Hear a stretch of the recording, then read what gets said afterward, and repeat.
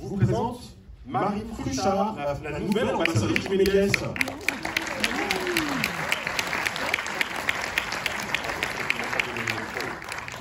Bonsoir.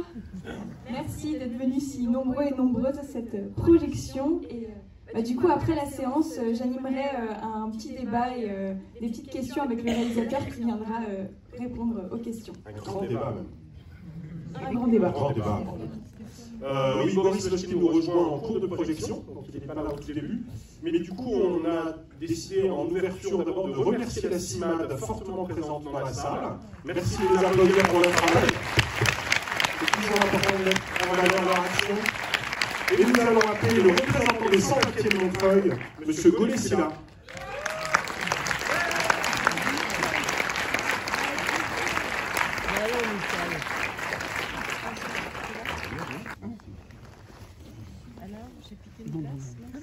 Bonsoir. Bonsoir. Merci d'être présent. Nous, les sans-papiers, vous savez que on fait tous les mêmes combats, on fait partie du même équipe. Et on est là pour pouvoir découvrir la lutte de nos camarades. Donc, ça veut dire que être sans-papier, ce n'est pas un frein. Et on va pouvoir bien regarder ces films ensemble. Et ça fait plaisir de partager et regarder ces films avec vous. Et vous pouvez applaudir nos camarades sans-papiers qui ont pu venir aussi.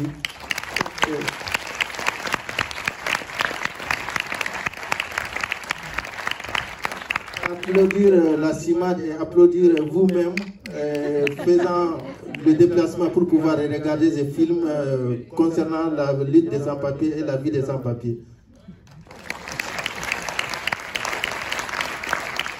Merci. Merci Golesila. Bonne projection à toutes et tous. Quand on a vu ce film à Cannes, disons-le quand même, on l'a vu aux journées exploitants. C'est des journées dédiées aux exploitants professionnels en amont du festival. Donc il a été montré au sein d'un groupe de 12 ou 14 films. Et il est arrivé premier de la sélection par les votes des exploitants à la SF de France. Tout le monde a pris une énorme claque, voilà, en se disant « Waouh, il y a quelqu'un qui sait faire ça en France, qui sait être aussi précis, juste, intelligent, politique. » Bonne projection. Bonne projection.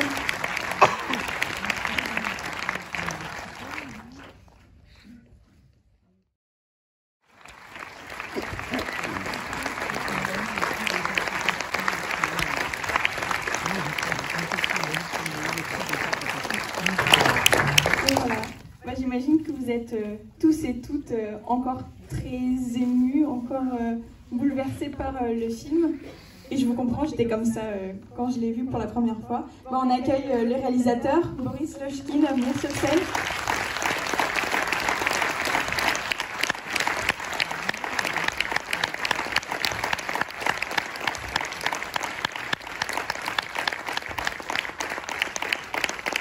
Déjà un grand bravo et un grand merci pour ce film. Et du coup, je vais d'abord poser quelques questions à Boris et ensuite je vous passerai la parole si vous avez des questions à lui poser.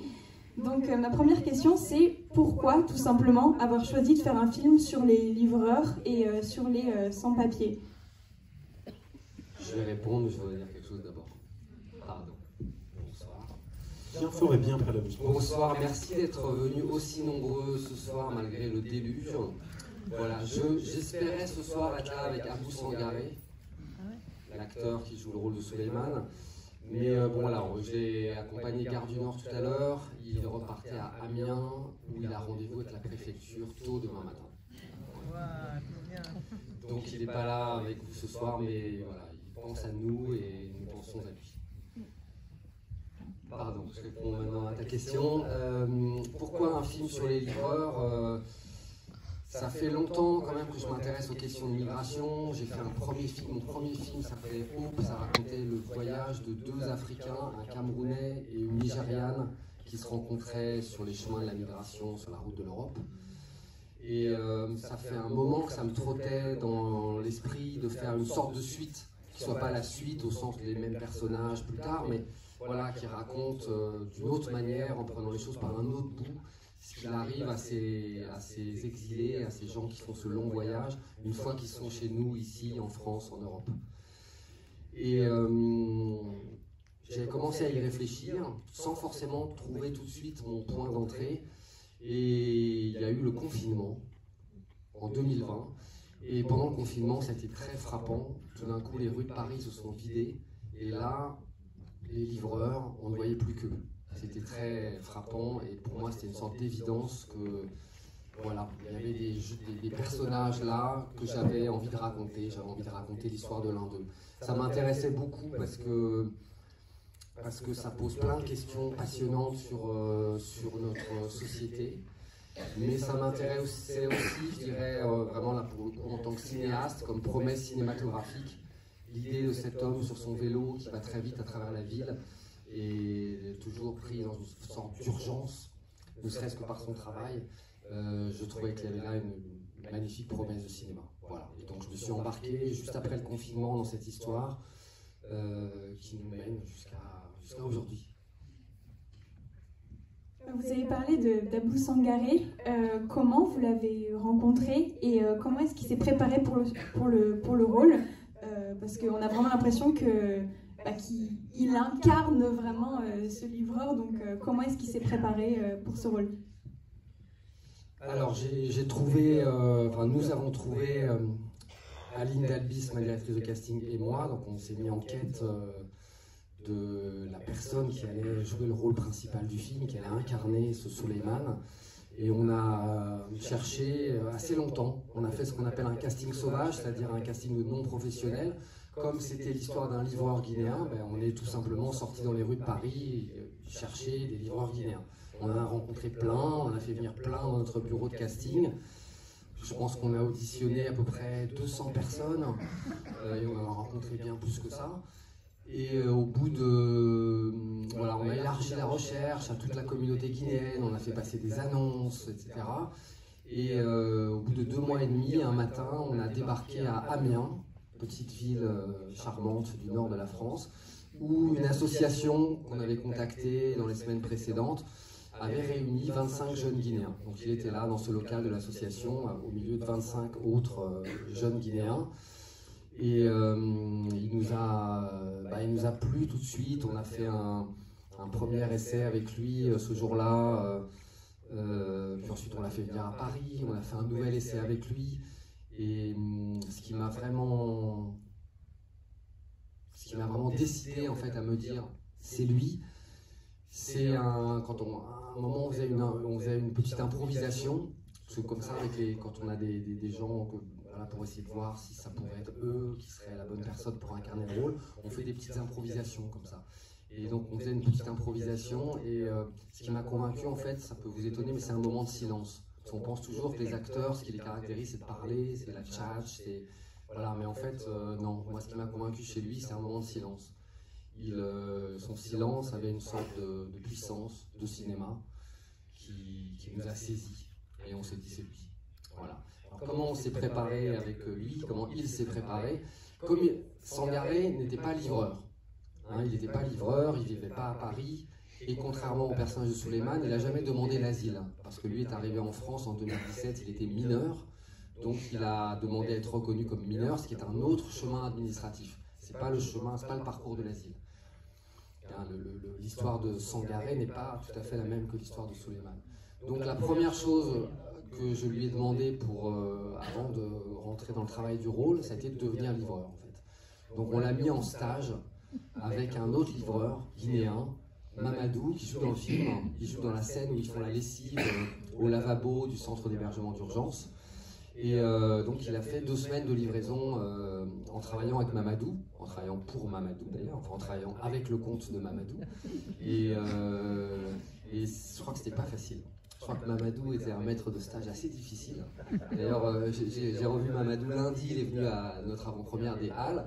Je lui ai dit, je crois, Mamadou, quand même, c'était pas facile avec toi. Il a dit, ah oui, c'était pas facile. Il pensait que c'était vraiment son rôle d'avoir été un maître de stage exigeant. Mais voilà, c'était nécessaire qu'il fasse la livraison pour que tous les gestes du livreur, que ce soit avec le téléphone, avec le vélo, ouvrir et fermer, c'est ce sac Picard qui ne veut jamais s'ouvrir et se fermer comme on veut, l'application, le GPS, parler au restaurateur, parler aux clients. C'était important pour moi qu'il l'ait fait pour de vrai pendant un temps. et que ça, tout ça, tous ces gestes, tout ça devienne naturel, et que ce soit quelque chose qui se soit approprié, quoi. Et après, on est rentré dans un grand travail de répétition, là, qui ressemble plus à du travail d'acteur. Et on a passé 2-3 mois à répéter toutes les scènes du film. Et je dis après, pardon, je ne vais pas faire des réponses trop longues quand même, pardon, mais que, voilà, ce temps-là est un temps qui, lui a permis de devenir l'acteur qu'il est devenu, mais c'est aussi un temps pendant lequel, moi, j'adapte mon scénario aux gens qui vont jouer. C'est-à-dire qu'on essaye les scènes ensemble, et je vois bien comment ça marche avec eux. Donc ça ne change pas l'histoire du film, mais ça change la manière de jouer les scènes. Et c'est uniquement en faisant ce travail où on cherche ensemble comment ça marche, et ensuite en adaptant le scénario aux gens qui vont l'incarner, qu'on peut faire un bon travail en fait avec des comédiens non professionnels. On peut faire des choses fantastiques avec des comédiens non professionnels, mais évidemment, si vous leur distribuez un texte, vous dites vas-y, apprends ça par cœur, reviens demain et on tourne, ça peut pas marcher. Mais si c'est un travail en fait qui va dans les deux sens, où moi je dois beaucoup écouter ce qu'ils sont, comment ils parlent, comment ils se comportent, y compris avec leur corps, dans leur gestuelle, qu'est-ce qui est naturel pour eux, qu'est-ce qui leur semble juste à eux. Si j'écoute tout ça, et si je m'adapte à eux, alors on pourra faire un travail fantastique. En tout cas, ces performances, elle est vraiment, vraiment incroyable, enfin, hyper touchante. Donc même s'il n'est pas là aujourd'hui, un grand bravo à Abou Sangaré. Et du coup, pour revenir... Bravo. Merci pour lui. Merci pour lui. Et du coup, pour revenir sur cette dernière scène, qui est aussi la première scène du film, ce rendez-vous pour la demande de papier à l'OFPRA, comment vous avez écrit la fausse histoire de Souleymane et sa vraie histoire? Est-ce que ça part de témoignages réels ou alors elle est totalement prise de fiction? La fiction est toujours une combinaison d'éléments réels, donc les deux ne sont pas complètement opposés en fait.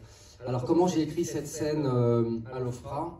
La première partie, donc tout ce récit que Souleymane prépare, qu'il prépare avec l'aide de Barry, son compatriote, qui est une sorte de coach d'asile, je l'ai écrite d'abord à partir de témoignages de Guinéens. En fait, c'est des Guinéens que j'ai rencontrés qui m'ont raconté leur propre expérience de cet entretien de l'OFPRA, comment ça s'était passé pour eux, pour des amis à eux, etc. Donc j'ai d'abord fait ce travail avec des Guinéens. Ensuite, l'OFPRA m'a donné l'autorisation d'assister à des entretiens. Donc j'ai eu la chance, la grande chance de pouvoir assister plusieurs journées à des entretiens à l'OFPRA. Et j'avais demandé à assister uniquement à des entretiens portant sur des histoires, des entretiens avec des Guinéens, des hommes, et sur des récits politiques. Donc que des histoires qui étaient très proches de ce qu'on a dans le film. Et le fait d'assister à ces entretiens m'a permis de corriger un petit peu le tir par rapport à ce que j'avais écrit, et notamment de me dégager complètement de l'idée un petit peu préconçue que j'avais de ces entretiens, forcément, parce que comme vous, quand on pense entretien, on pense interrogatoire, on pense à tous les films qu'on a vus qui sont des films policiers où il y a un policier qui interroge quelqu'un. Et l'OFPRA, ça marche pas du tout comme ça. C'est pas du tout le commissaire de police qui veut démasquer le criminel. Ça marche pas comme ça. C'est beaucoup plus, il y a un entretien avec un protocole très précis et où voilà, les questions se succèdent, où l'agente de l'OFPRA reste très neutre. Ça c'est assez surprenant aussi. Jusqu'à un point où elle peut éventuellement ne plus être neutre, mais la plupart du temps, la norme, c'est qu'elle soit neutre. Voilà, donc j'ai écrit ça comme ça, et ça c'est comme ça que vraiment c'est écrit toute la première partie de la scène, c'est-à-dire la partie qui porte sur l'histoire fausse.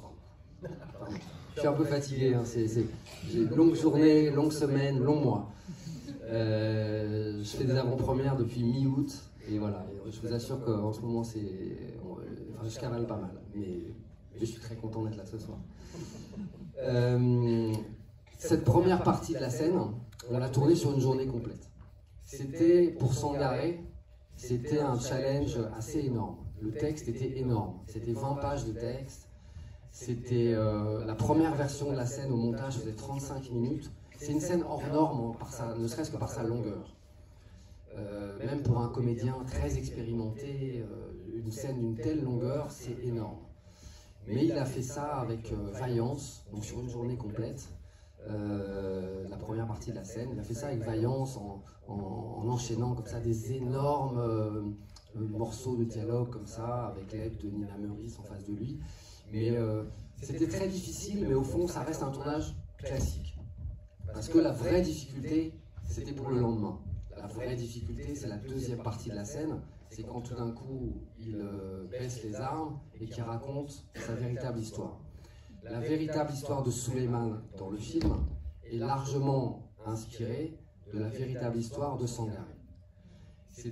Ça me semblait absolument nécessaire pour qu'on ait dans le film un sentiment indiscutable de vérité à ce moment-là. Une vérité qui n'est pas juste de l'ordre du cinéma, de l'ordre du bon jeu d'acteur, mais de quelque chose qui crève l'écran, qui s'impose comme évidemment absolument différent de la première partie de la scène. Alors comment on va tourner ça? Et ça, on avait très peur. Celui qui a le plus peur, c'est Sangaré. Pendant tout le tournage, il était assez tranquille. Je vous dis, le plus dur pour lui, c'était le stage avec Mamadou. Mais une fois ça passé, le tournage, en fait, ça se passait très bien. Mais il savait qu'il avait cette scène qu'on allait faire à la fin, et ça lui faisait très peur. Ça lui faisait très peur parce que c'est une scène de jeu où on monte dans l'émotion très haut.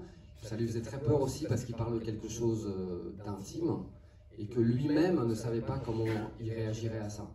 Et Sangaré est quelqu'un de très sensible et on avait répété cette scène de différentes manières, avec des résultats très différents, mais en vrai, avant d'y aller, on ne savait pas comment ça allait se passer.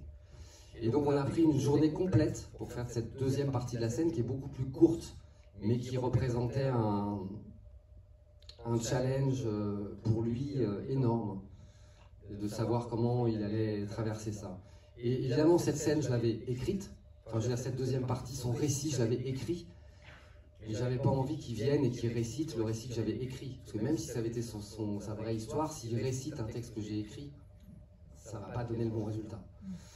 Et il savait bien ça aussi, que c'était pas ça que je voulais, mais comment il allait faire ça, au fond, personne ne savait vraiment. Voilà, on était tous là pour l'aider, y compris Nina Meurice, donc qui joue le rôle de l'agente de l'OFPRA. Nina Meurice, j'ai fait avec elle mon dernier film, donc on a une grande complicité, on se connaît bien. Je sais que c'est une actrice très généreuse. Et je voulais, sur scène avec Sangaré, d'une personne généreuse, c'est-à-dire une actrice qui vienne pas là pour faire son petit tour de piste, pour jouer son rôle, même si je savais qu'elle serait parfaite pour ce rôle, mais qui viendrait avant tout pour aider Sangaré à aller au bout de ce qu'il avait à faire. Et c'est ce qu'elle a fait. Voilà. Et donc, autant le premier jour, c'était un samedi, parce qu'en fait on a tourné dans les vrais locaux de l'OFPRA et ils nous ont laissé leurs locaux le week-end quand il n'y a personne. Donc le samedi, on a fait l'histoire fausse, et le dimanche, l'histoire vraie. Donc autant le samedi, on fait ces énormes pans de dialogue comme ça de manière très linéaire, autant le dimanche, on a travaillé de manière circulaire en tournant autour de son émotion et revenant à ça. Parce qu'au fond, pour moi, c'était égal qu'il raconte ceci ou cela, qu'il raconte tel bout de son histoire ou tel autre bout. La seule chose qui était importante, c'est qu'à un moment, il y a une sorte d'évidence, de vérité qui surgisse dans l'émotion pour lui. Voilà. Et il l'a fait. Et je peux vous assurer que sur le plateau, on avait tous la chair de poule. Et moi, pour moi, c'était ce qui était bouleversant en fait ce jour-là. Par-delà, ce qui est bouleversant dans sa scène, c'était de me dire, voilà où il est arrivé en fait, au bout du tournage. On a commencé, voilà, il n'avait jamais joué avant qu'on se rencontre. Comme il le répète partout maintenant dans les entretiens, les interviews qu'il donne, il dit, moi on m'a dit il y avait un casting, j'avais jamais entendu le mot casting avant ce jour-là. Donc il n'avait jamais, non seulement il n'a jamais fait de cinéma, mais il n'avait même jamais rêvé de faire cinéma, c'était pas son monde, c'était pas son problème. Et de me dire qu'il était arrivé au terme de tous ces mois de répétition, ces mois de tournage, qu'il était arrivé à ce niveau-là, pour moi c'était bouleversant. Voilà, je l'ai pris dans mes bras, là je me dis, mais incroyable, tu es arrivé, tu es un grand acteur maintenant. Voilà. Je lui ai dit, 2 mois plus tard, Xavier Dolan lui a donné un prix, il lui a redit. Et voilà, c'est sûr, ce qu'il a fait ce jour-là était extraordinaire. Et il a gardé la tête très froide, puisqu'aujourd'hui, quand on l'interroge, il dit qu'il veut faire de la mécanique. Et que s'il y a du cinéma, on verra, mais que pour l'instant, c'est pas ça son projet de vie. Je glisse une question de cinéma un peu. D'abord, tu t'es cité ton dernier film, c'était Camille. Il y a un film auquel moi ça m'a fait penser par endroits, je ne sais pas si tu l'as vu. C'est dans une association qui prépare aux entretiens de l'OFPRA, et là on découvre qu'on peut fabriquer les récits. C'est Les Arrivants, documentaire d'une ancienne présidente de Périphérie. Il y a effectivement une séquence où on dit ce qu'il faut plutôt dire ou pas, et du coup on y pense. Le film date de 2009, je crois. Claudine Boris. Claudine Boris et Patrice Chagrin, ouais. Et puis un autre film, pendant le confinement d'ailleurs, auquel j'ai pu penser, c'est La Guerre des centimes. Je ne sais pas si tu avais vu ça, c'est un court-métrage sur la fonction de livreur fait par un mec qui était vraiment livreur. Et on l'avait montré, nous, virtuellement pendant le Covid. Et le film est vraiment beau, parce que c'est, pour le coup, l'une des grandes qualités de ton film, c'est-à-dire d'être très très nourri par des informations extrêmement concrètes, de pouvoir répondre très précisément aux questions du fonctionnement économique de ce système pour qu'on soit au plus près. Et personne d'autre ne peut faire ça que quelqu'un qui arrive, soit parce qu'il a partagé cette expérience, soit parce qu'il a été extrêmement rigoureux dans son approche documentaire initiale en amont du tournage. Non, je reviens sur cette dernière scène parce que c'est aussi une forte rupture stylistique avec le reste du film. Tu l'as dit tout à l'heure, le film est vraiment fondé sur le mouvement, la dynamique, mais il est aussi fondé sur l'obscurité. C'est quand même beaucoup Paris la nuit, avec un traitement des lumières spécifiques, etc. Or, cette grande scène qui fait quasiment un quart d'heure, elle est 17 minutes. Elle est fixe dans des bureaux très blancs, avec des tenues blanches, et donc toutes les règles s'inversent en fait par rapport au reste du film. Pourquoi c'était important et dans quelle mesure tu avais anticipé ça pour construire ta mise en scène et ton récit, cette grande rupture qui nous fait passer du côté du jour, de la fixité et de plans extrêmement longs dans ce champ contre champ? Effectivement, c'est vrai, on a un film qui cavale tout le temps, on court tout le temps dans le sillage de Sangaré avec son vélo, ou même quand il n'y a pas de vélo, lui qui court pour attraper un métro, un RER, etc. Jusqu'à cette scène de l'entretien qui pour le coup est très fixe, où on filme en champ contre champ, c'est-à-dire dans un sens et dans l'autre, sur deux personnages assis, statiques, dans un décor où il n'y a rien à regarder. Enfin, on peut pas faire du décor moins sexy que celui-là. La lumière, tout est moche, on peut dire, mais c'est quelque chose de très austère. Je pense que tout le film repose sur le fait qu'on attend cet entretien depuis le début, ce qui donne cette construction un peu... beaucoup de gens aujourd'hui dans la presse voient par le thriller, et oui, j'accepte le terme, un thriller, c'est-à-dire qu'il y a un compte à rebours, dès le début on sait qu'il va y avoir cet entretien 2 jours plus tard, qu'il y a une urgence, qu'il y a un certain nombre de problèmes à résoudre avant d'en arriver là, que le temps se fait de plus en plus court et que les problèmes ne sont pas résolus, etc. Ce qui fait qu'on court de plus en plus vite. Et je pense que le mouvement du film et l'émotion que j'espère vous avez ressenti à la fin du film vient du fait que quelque chose est très retenu jusqu'au bout et se libère à la fin. Et que aussi on cavale beaucoup jusqu'au moment où tout d'un coup on se pose et qu'on se pose pour écouter. Et qu'on va écouter de manière très particulière. C'est quand même une très très longue scène de dialogue. Je ne sais pas si vous êtes ennuyé pendant cette longue scène, j'espère que non. Mais c'est une très longue scène de dialogue sur des dialogues assez abstraits en fait. On parle de politique idéenne qui sans doute est assez loin de vous. Et je pense qu'on l'écoute quand même parce qu'on a tellement couru avant que tout d'un coup on se pose et on l'écoute. Et oui, le film repose sur ce contraste. Il repose sur le fait de différer ce qui vient à la fin, l'entretien, de différer le fait de savoir la véritable histoire de Souleymane qui vient à la fin. Tout repose sur le fait qu'on diffère jusqu'à la fin des choses qu'on attend depuis le début, en fait. Ça, je pose une petite question, après je te passe la parole. Le film travaille quand même beaucoup sur la question du vrai et du faux. On ne sait pas au début qu'il répète un texte appris sur son vélo, là, quand il grille tous les feux rouges, en prenant évidemment des dangers, ce qui raconte aussi quelque chose sur la condition d'existence des sans-papiers livreurs. Et puis il y a cette scène très étrange, là encore on ne sait pas comment la situer au départ, qui est le récit du viol, enfin de l'agression sexuelle, qui précède ensuite la première construction du récit de Souleymane, et qu'évidemment rétrospectivement on se dit mais en fait on vient d'être hyper ému par un récit. Et qu'en est-il? Est-ce que là aussi c'est du faux? Est-ce que c'est du vrai? Quelle est la part de vrai? Donc pourquoi c'était important d'introduire et de travailler cette possible mise à distance de l'émotion par rapport à ce récit-là? Alors, d'abord, pour répondre juste, je ne sais pas si c'est une question ou pas, mais au fond, toi tu te poses la question, est-ce que ce récit de cette femme est vrai ou faux? J'en sais pas plus que toi. même si c'est moi qui l'ai mis en scène, qui l'ai écrit, etc. En fait, je le livre comme ça pour que ça reste dans une forme d'ambivalence et qu'on puisse se poser la question. C'était important pour moi. Cette scène joue de deux... Enfin, ce monologue à l'intérieur de la grande scène chez Barry joue de deux manières différentes, en fait. D'un côté, on peut se dire... et les deux jouent en contraste avec la manière dont Suleiman raconte son histoire. D'un côté, on voit que Suleiman, il galère, quoi. Il n'est pas très adroit dans la manière de raconter son histoire, il bredouille, il se trompe dans les dates, il est comme un écolier qui a mal appris sa leçon. Et puis on le voit en contraste de cette femme qui raconte tellement bien, de manière tellement puissante, tout ça. Donc c'est le mauvais élève et le bon élève. Ça, c'est si on se dit qu'être riche. Le bon acteur et le mauvais acteur. Ou le mauvais acteur et le bon acteur, exactement. Mais c'est important aussi qu'on se dise, peut-être que cette femme, elle dit la vérité. Peut-être que chez Barry, il n'y a pas que des gens qu'on prépare à raconter des histoires fabriquées, mais il y a aussi des gens qui viennent se préparer alors même qu'ils sont porteurs d'une histoire qui leur est vraiment arrivée. Et je laisse ça au fond, voilà, je ne tranche pas, et c'est volontairement montré comme ça. Il y a pas mal de choses dans le film comme ça qui sont montrées sans être tranchées et qui restent...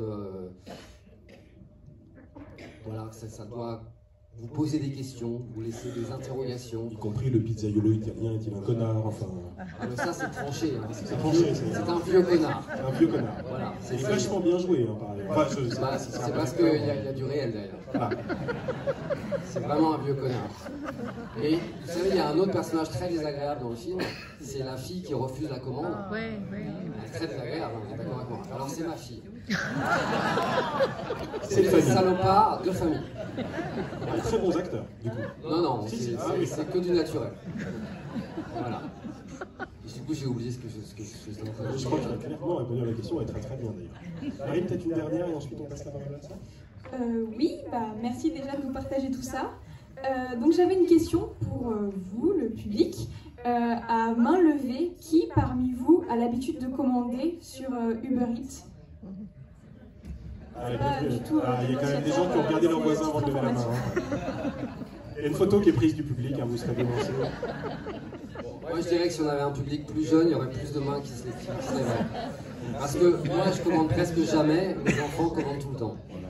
Enfin ta fille, maintenant qu'on la connaît, ça à ne vrai dire, surprend pas du tout. C'est surtout mon fils qui commande. Pas la fille. Pas tant que ça. Ouais, qui veut poser la première question? Madame Devant.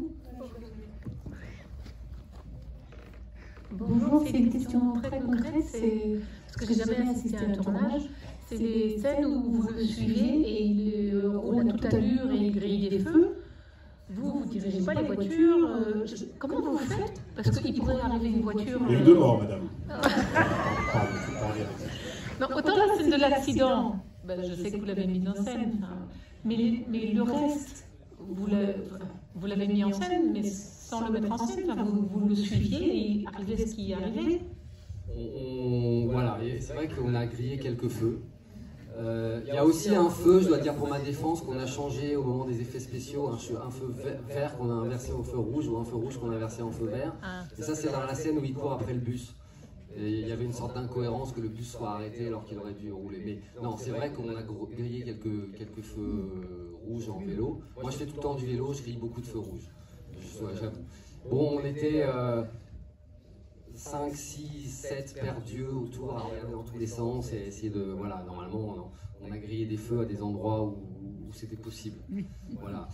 C'est pas curieusement, je sais que les scènes de vélo font très peur, on a l'impression qu'on va avoir un accident à tous les moments et elles sont filmées de sorte que ça vous donne cette peur-là. Mais en vrai, c'est pas le moment où j'ai eu le plus peur.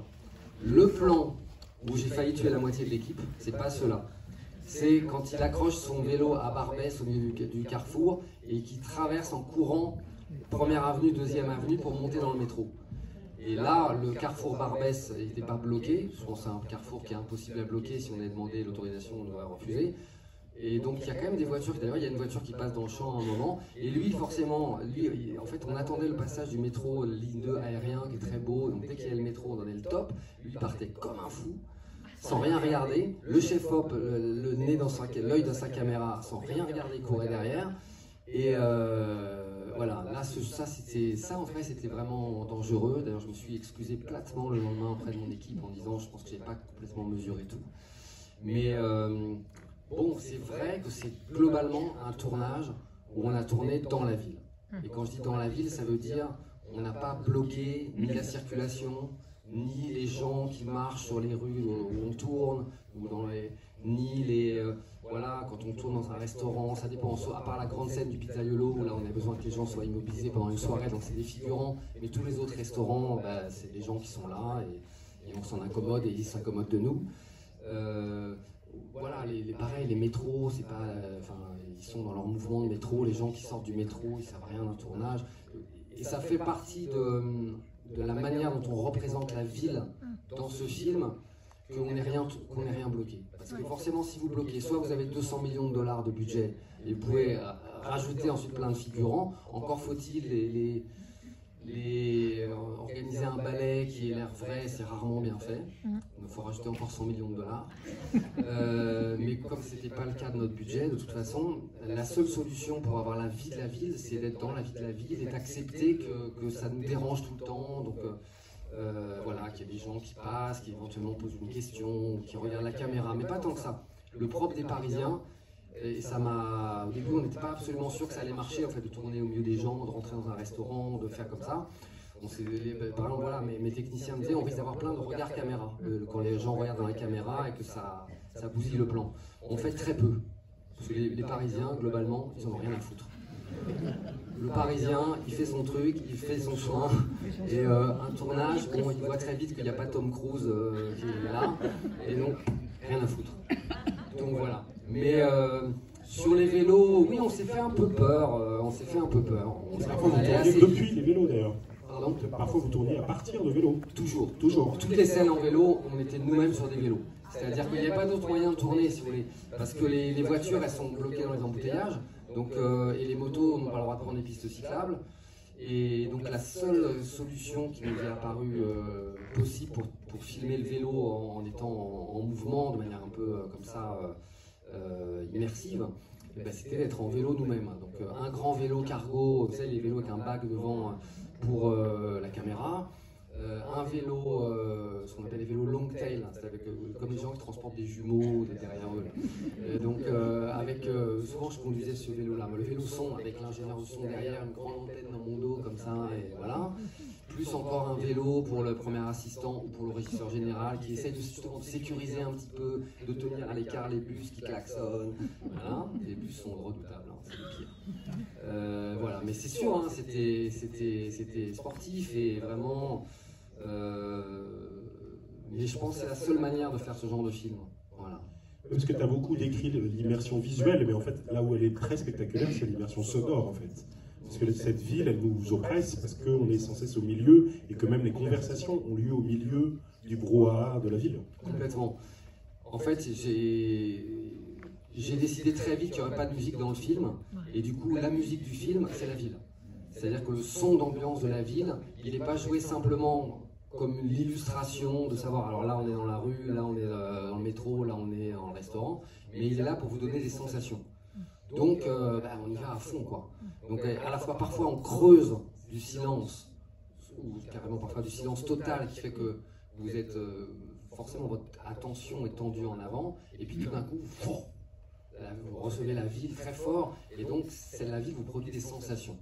Comme une musique vous produit des sensations dans un autre film.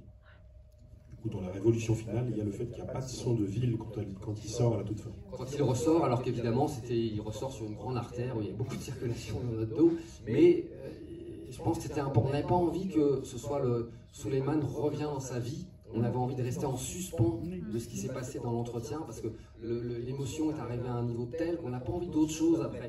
Mais on a besoin de ce temps sur son visage. On a besoin de ce temps sur son visage, mais sans avoir le sentiment que voilà, on est reparti pour rentrer dans la vie du quotidien de Suleiman dans la ville. Vas-y. Bonsoir. Par rapport à ce que vous avez dit au début, votre film est une très grande réussite, parce qu'au bout d'un moment, j'ai passé tout le film à me dire, mais en fait, c'est un documentaire ou c'est un film? Et je voulais dire que l'acteur est bouleversant. La dernière scène, ça prend... Enfin voilà, moi je pense qu'on était beaucoup à avoir les larmes aux yeux.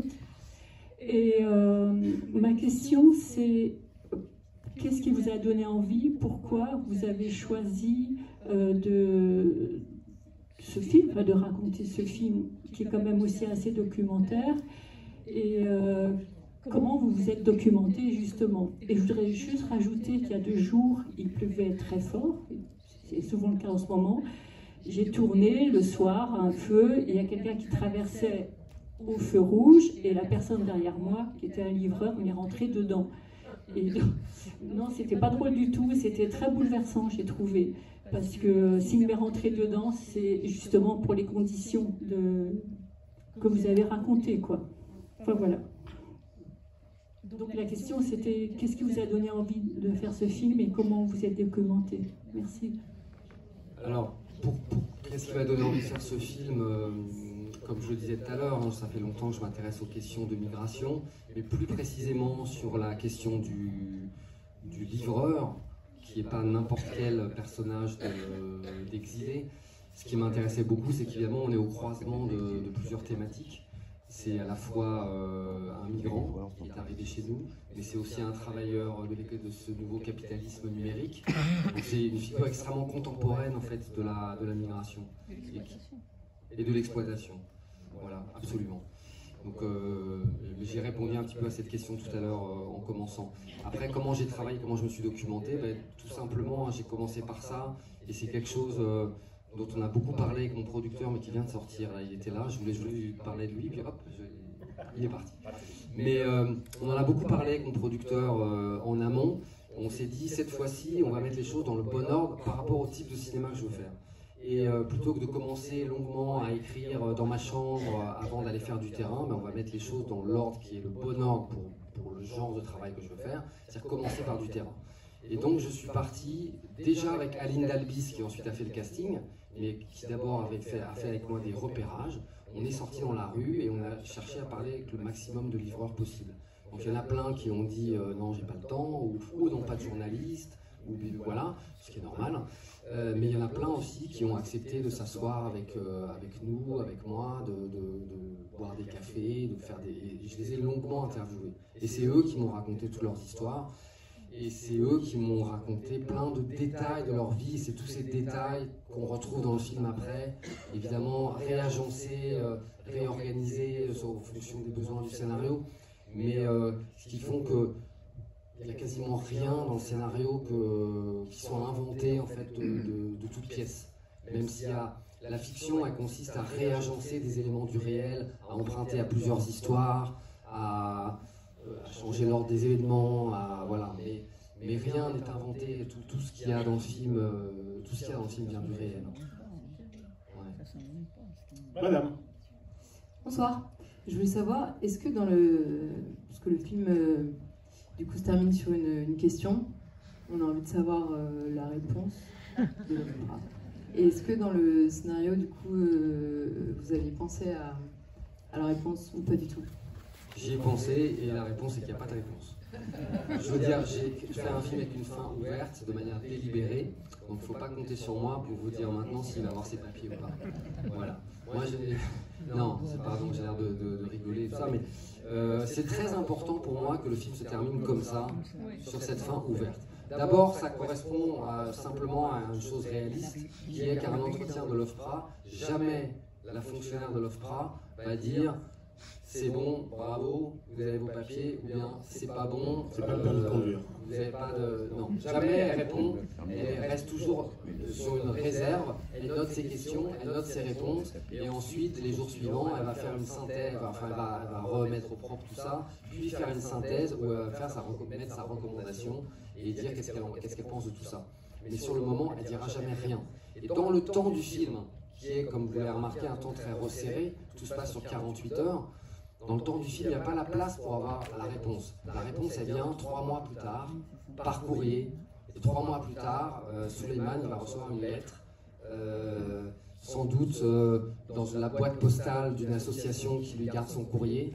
Il va ouvrir son enveloppe avec crainte et tremblement, et il va trouver la réponse. Plein de gens m'ont raconté cette scène, et j'ai trouvé cette scène bouleversante, j'aurais beaucoup aimé la mettre dans mon film, ça ne rentre pas dans le film. Plein de gens m'ont raconté comment ils avaient ouvert cette enveloppe et qu'ils étaient tellement émus qu'ils n'arrivaient plus à lire. Tous les signes se brouillaient, ils ne voyaient pas la réponse, tout était confus. D'autres gens m'ont raconté, c'est ce que j'ai remis dans le film d'ailleurs avec Mamadou, qui raconte ça, et c'est sa vraie histoire, comment quand il a reçu la réponse, pendant 3 jours ensuite il n'a plus parlé à personne. C'est bouleversant ça, mais pour moi il était important que le film s'arrête. Et là, c'est pas simplement que c'est réaliste comme ça, mais que c'est ma décision d'auteur, si vous voulez. C'était important que ça s'arrête sur... voilà, et que vous fassiez vous-même votre avis. C'est-à-dire, la première question qui se pose à vous, c'est, d'après moi, est-ce qu'il va avoir ses papiers ou pas? Est-ce que la dame qui est en face de lui a été émue ou pas? Mais est-ce que son émotion suffit à ce qu'elle puisse lui donner l'asile ou pas? Autre question, est-ce que il faudrait qu'il ait des papiers ou pas? Est-ce qu'il serait juste qu'il ait des papiers ou pas? Voilà. Il me semble très nécessaire que le film s'achève sur toutes ces questions et plein d'autres aussi. Et je préfère vous laisser avec des questions. Selon Libé qui faisait sa couverture sur le film hier, il y a un tiers des réponses qui sont favorables sur la dernière année qui a fait l'objet de l'étude, qui doit être 2023. Bonsoir. Oui, un tiers des demandeurs d'asile reçoivent une réponse favorable. Après recours, est-ce que le comédien a eu ses papiers? Puis après on repasse la parole à monsieur là-bas. Alors, quand j'ai connu Abou Sangaré, il était en train de déposer une demande de régularisation par le travail. C'est-à-dire de demander...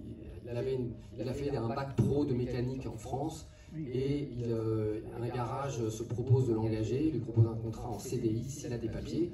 Donc il a fait avec cette promesse d'embauche une demande à la préfecture de la Somme. C'était déjà sa 3e demande de régularisation. C'était déjà sa 3e demande de régularisation.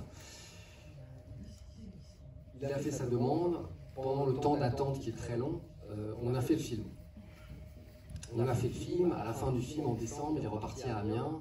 Moi, j'ai commencé le montage. Et au mois de mars, il a reçu la réponse de la préfecture, qui a été une réponse négative. Je dois être un homme très naïf, parce que moi, j'étais convaincu qu'il aurait une réponse positive. Mais ça a été une réponse négative. Donc à partir de là, on s'est dit, espérons que le film va aller à Cannes, parce que c'est le meilleur levier pour faire parler un film. Et ça marche sur l'État iranien, ça peut peut-être marcher sur les préfectures françaises. Je ferai pas de... Je ne sais pas, je ne sais plus. Voilà, en tout cas, contrairement à ce que je pensais, moi je pensais qu'une semaine après, il est allé à Cannes, il a eu un prix d'interprétation à Cannes. Moi je me suis dit, dans la semaine, on règle ça. Mais ça n'a pas été aussi simple que ce que je pensais. Voilà. On a frappé à beaucoup de portes, et finalement, fin août, après avoir alerté beaucoup de gens, fin août, il a reçu un mail de la préfecture qui lui a proposé, qui lui a dit, nous avons compris qu'il y avait des nouveaux éléments, les nouveaux éléments c'est le film, et donc nous vous proposons de redéposer une nouvelle demande. Voilà, il a rendez-vous demain à 9h à la préfecture de la Somme pour déposer une nouvelle demande. Ne m'applaudissez pas parce que je ne connais pas le reste de la chose. Ça veut juste dire que vous avez le droit de demander. Monsieur Bonsoir, je voulais savoir pourquoi vous avez choisi ce format dans ce film, qui n'est pas un format courant au cinéma. Est-ce que c'est pour justement donner un aspect plus documentaire, moins fiction? Et deuxièmement, pour revenir à la scène à l'OFPRA, d'après ce que... Est-ce qu'on peut séparer les deux questions? D'accord, allez-y. J'ai la tête qui peut fatiguer, après j'oublie sinon. Alors le format, en fait, c'est un format que j'ai choisi pour mon film précédent. Et pour mon film précédent, il y avait une raison très précise. C'est que mon film précédent raconte l'histoire d'une photographe de guerre qui s'appelle Camille Lepage, qui a été tuée en République centrafricaine. Et donc le film raconte l'histoire de cette photographe et inclut dans le film un certain nombre de ses photographies. Or, le format qui est là, c'est ce qu'on appelle du 1,50, c'est-à-dire 1 sur 1,50. Ce format-là est le format normal de la photographie. pour moi, il n'était pas question de retailler les photos de Camille Lepage, et donc il était plus simple d'adapter mon format de film à ces photos que de faire le contraire. Donc j'avais choisi ce format pour Camille, donc mon film précédent, et c'est un format que j'ai beaucoup aimé, parce que c'est un format qui donne beaucoup de... C'est un format qui se rapproche un petit peu du 4/3, qui est un format que certains cinéastes utilisent, Andrea Arnold par exemple, qui est quelqu'un que j'admire beaucoup. Et ce format, c'est vrai, donne beaucoup de mobilité à la caméra. Parce que plus votre format est large, plus vous pouvez mettre de choses dedans. Si vous avez un format plus... J'arrive pas à faire les gestes et à garder le micro devant la bouche. Je sais pas comment on fait ça. Il doit y avoir une technique. Mais... Donc, si vous avez un format très large, vous pouvez mettre les 4 personnes dedans. Si vous avez un format plus serré, si vous voulez mettre 4, vous devez tourner tout le temps pour... vous en avez que 3 dedans, donc hop, vous en remettez un à gauche, un à droite et vous bougez. Et donc c'est un format qui donne un tournage beaucoup plus dynamique. Et j'avais beaucoup aimé ça, et mon chef-op, qui en l'occurrence c'est pas le même chef-op, ce film-là et le film précédent, mais mon chef-op avait très envie de tourner comme ça, et je l'ai écouté. Voilà. Autant sur Camille c'était mon choix, autant cela c'était son désir, et très bien, parce que effectivement je trouve que c'est un très beau format. Et en plus, c'est le format natif du capteur de la caméra qu'on a utilisé. Voilà. Monsieur, la deuxième question. Deuxième question, vous disiez tout à l'heure, si j'ai bien compris, quand vous avez tourné la scène à l'Ofprin, que vous avez d'abord tourné les chants et ensuite les contre-chants. Pourquoi vous n'avez pas tourné avec 2 caméras tout de suite, ce qui permet de limiter les prises et donc de ménager un peu les comédiens, quoi. J'aime pas beaucoup tourner à 2 caméras, je sais pas pourquoi, je trouve ça pas... C'est ma limite, je sais pas. Je trouve ça pas naturel, enfin pas... J'ai l'impression qu'il faut savoir sur quoi on se concentre à chaque moment, mais c'est sans doute une limite personnelle que j'essaierai de dépasser la prochaine fois. Pour vous plaire, monsieur. Merci. Spécialement pour vous, ce sera. Merci beaucoup déjà pour ce film et pour la manière dont vous avez décrit les conditions de travail. Bien fort, parce que là vous avez plein de gens derrière vous. Moi je me posais juste une question par rapport au prénom qui a beaucoup d'importance, j'ai l'impression, dans le film, parce qu'on entend beaucoup Soulé de Paris. Et je sais qu'il y a aussi beaucoup de jeux d'identité entre les livreurs qui souvent utilisent leur nom, mais le nom de la personne dont ils louent le compte, etc. Il y a tous ces jeux. Et je me demandais comment avait été choisi ce prénom. J'ai pas de bonne réponse à donner. C'est un prénom, je trouve très beau en fait. Franchement, c'est nul de dire ça, mais je trouve juste ce prénom magnifique. D'ailleurs, on dit Soleiman le magnifique. C'est une bonne réponse. Allez-y. Oui.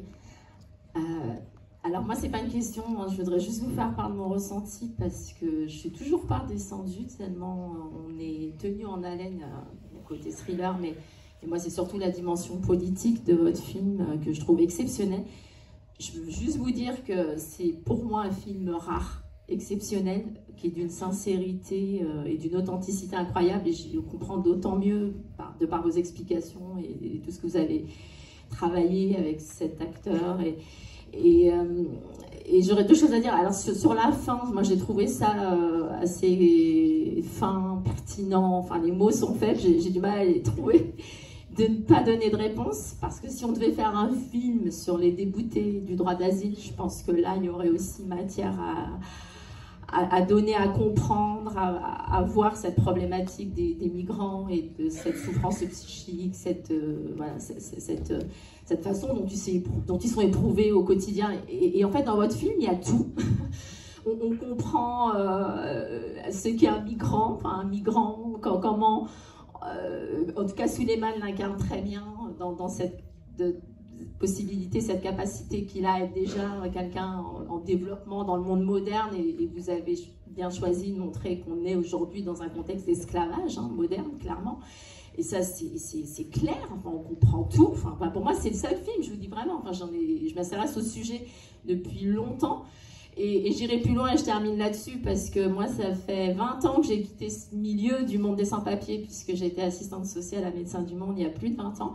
Et grâce à vous, pour moi, il y a un objet là de transmission. J'ai mon fils qui est dans la salle et qui a 16 ans. Et c'est lui qui m'a fait venir ici ce soir. Et grâce à vous, il va pouvoir comprendre ce que j'ai vécu, ce que je comprends de tout ça. Et et il va comprendre encore mieux, je pense, de ce sujet. Et j'ai juste envie de vous dire bravo, c'est extraordinaire. J'ai jamais vu ça encore aujourd'hui. Je vous remercie beaucoup et je pense qu'on peut applaudir votre fils. On va prendre une question ici et ensuite on transfère le micro là-bas. Bon, moi c'est pour vous dire que féliciter ce que vous avez fait parce que vous avez mis en lumière la vie des sans-papiers.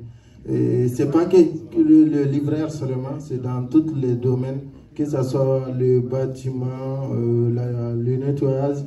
Et en fait, tu n'as pas un temps de repos, tu ne penses pas. C'est ce que je vis, c'est que Suleiman faisait aussi. Et même pour pouvoir enregistrer tout ce qu'on lui a raconté, il le faisait en cours de course parce que ça ne lui donne pas le temps de se reposer. Donc tu te dis, on t'appelle au pays, il y a tel problème, et toi-même tu es dans un problème, mais on sait pas, les gens ne se rendent pas compte. Donc merci, franchement c'est une vie réelle. Moi-même je me suis senti dedans et une part de moi figurait dedans aussi. Et souvent tu oublies ta propre personnalité en utilisant l'identité d'une personne que tu utilises. Donc ça arrive fréquemment chez les sans-papiers. Merci.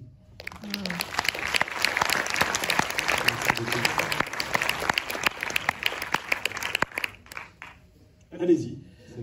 Du coup, moi, je voulais vous dire que j'ai trouvé très juste la façon dont vous avez abordé. Vous êtes Je suis là, dans le noir. Ça va se traduire. Du coup, moi, il y a une problématique qui m'a beaucoup touchée dans le film, c'est la maladie mentale de sa mère.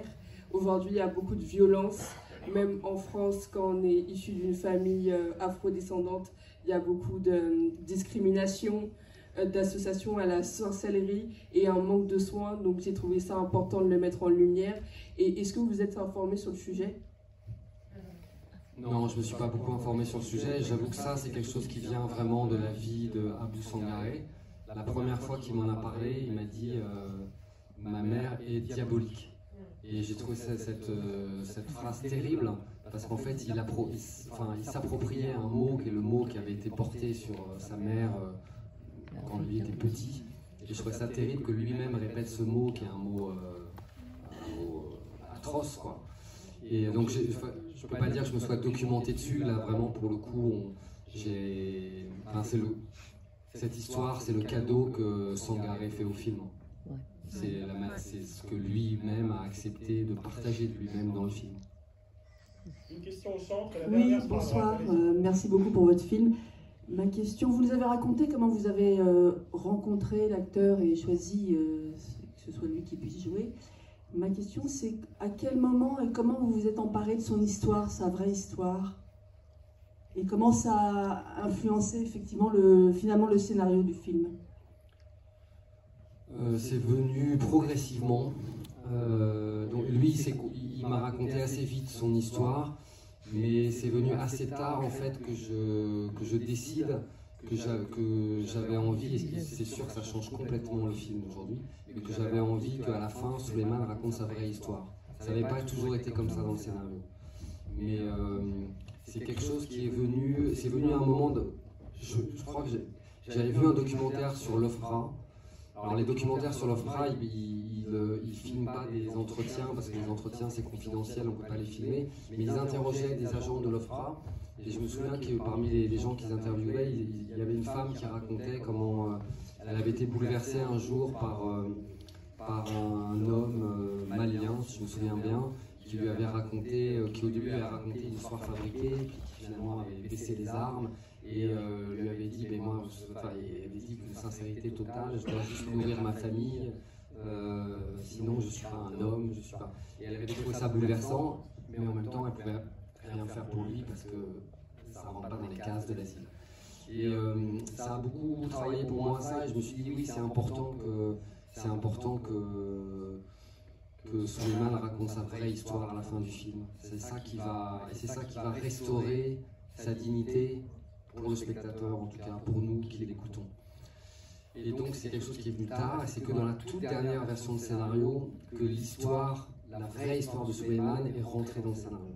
Voilà, donc une version que j'ai faite, que j'ai rédigée l'été tout seul, après c'est déjà un bon mois de répétition avec les comédiens et tout ça, où j'ai intégré au scénario tout ce qu'on avait fait ensemble dans les répétitions, et aussi où j'ai intégré cette histoire de Souleymane. C'est vrai que c'est venu tard dans le scénario, et je suis très conscient que c'est quelque chose qui change complètement la réception du film. Madame, puis monsieur là-bas, allez-y. La façon de montrer l'entraide qui peut exister dans le milieu, et en même temps le côté diabolique où entre eux il y a ceux qui veulent profiter de la naïveté de l'autre, s'enrichir sur le dos de celui qui souffre. Je pense que malheureusement, voilà, beaucoup de gens, quand on est dans la survie, voilà, il y a des choses qui ne sont pas toujours, tout n'est pas joli. Quand on a des conditions de survie, parfois on doit faire des choses qu'on n'aurait pas envie de faire. Mais pour moi, c'est surtout, ça décrit la condition d'un sans-papier. Être sans-papier, ça a plein de conséquences en fait. Dès lors que quelqu'un est sans-papier, il est livré à la merci de plein d'exploiteurs. Ça fait partie de la condition de sans-papier. Donc, pour travailler, il va payer quelqu'un. Non seulement il est exploité par l'application, mais il est exploité encore ensuite par le titulaire de compte qui lui prend 30% de son salaire. Si maintenant il veut se loger, là il habite dans un centre d'hébergement d'urgence, mais s'il commence à avoir un peu d'argent, il dit « Ah, j'aimerais bien prendre une chambre ». Il va louer, plein des livreurs que j'ai rencontrés louent comme ça des chambres en grande banlieue, qui sont des chambres dans des logements sociaux, où ils louent juste une chambre ou un bout de chambre d'un logement social, et ils payent 400-500 € pour juste une chambre en grande banlieue. Ça, c'est parce que vous n'avez pas de papier. Deuxièmement. Troisièmement, vous voulez des papiers, vous voulez demander l'asile, et bien il y a quelqu'un aussi qui fait un business sur votre dos. Et c'est ça en fait que raconte le film, c'est que dès lors que, et c'est pas pour stigmatiser telle communauté ou telle communauté, c'est au contraire, c'est pour dire que dès lors qu'on pousse des gens dans cette frange d'illégalité parce qu'ils sont sans papier, ils seront forcément, c'est automatique, exploités par d'autres. Monsieur pour la dernière. Juste une question rapide, peut-être aussi parce que je suis avec la CIMAD. Vous avez tourné avec un sans-papier. Est-ce que vous avez anticipé le fait qu'il aurait pu être contrôlé et qu'il aurait pu être arrêté? Alors comme il venait de déposer une demande de régularisation, il avait un récépissé, il ne pouvait donc pas être arrêté. Voilà. D'accord. Parenthèse purement politique sur son sort à venir, pour moi il y a deux options et les deux sont bizarres, mais soit on fait du héros formidable de ce film un exemple de la capacité de l'État à exécuter les OQTF, et le film d'une certaine façon se retourne contre lui parce que Retailleau s'en saisit en disant « Vous voyez, même quand les milieux de la culture et la gauche soutiennent « Nous sommes droits », comme ils n'arrivent pas à expulser en masse, il faut de temps en temps des symboles. C'est ce qu'ils font, compris avec la famille d'un terroriste fameux ces 3 derniers jours. Soit, à contrario, il y a un deuxième vent, et il n'est pas forcément du bon côté, il vient aussi de l'Italie d'extrême droite. Mais un des discours qui monte sur CNews, que je regarde beaucoup, pardon, c'est, je sais c'est une révélation publique, c'est, mais regardez, Meloni a bien régularisé des sans-papiers, à partir du moment où il travaille, c'est peut-être nécessaire. Et donc à fond renversé, une partie de l'extrême droite et de la droite sont en train de dire « Ah, mais finalement, cet exemple-là, le fait que le Premier ministre anglais soit allé demander des conseils à Meloni sur comment elle gérait la question de l'immigration a aussi provoqué ce type de débat sur les plateaux des chaînes continues. » Et donc, du coup, ça peut, là aussi, être un des exemples d'une politique migratoire choisie. On choisit vraiment les meilleurs. Et dans ce cas, comment refuser l'intégration d'un acteur qui est aussi bien joué dans ce film-là? Sur ce, merci beaucoup, Boris Lovkin. Merci à l'équipe de production et de distribution. Merci, Marine. Le film est sorti aujourd'hui. Je vous propose un grand jeu. Ce soir, on a eu les chiffres. Bon, il y a Paris, hein, d'accord, il y a les Halles, tout ça, mais la première salle en résultat de France hors Paris s'appelle le Méliès de Montreuil. Je veux que dans 2 semaines, on soit encore en tête. Et pour ça, il faut en parler à tous vos amis et que vous veniez massivement le voir et le revoir. Bonne projection. Et à demain pour Un Amour en présence d'Isabelle Coixet. Bonne soirée. Merci Stéphane. Bravo le Méliès.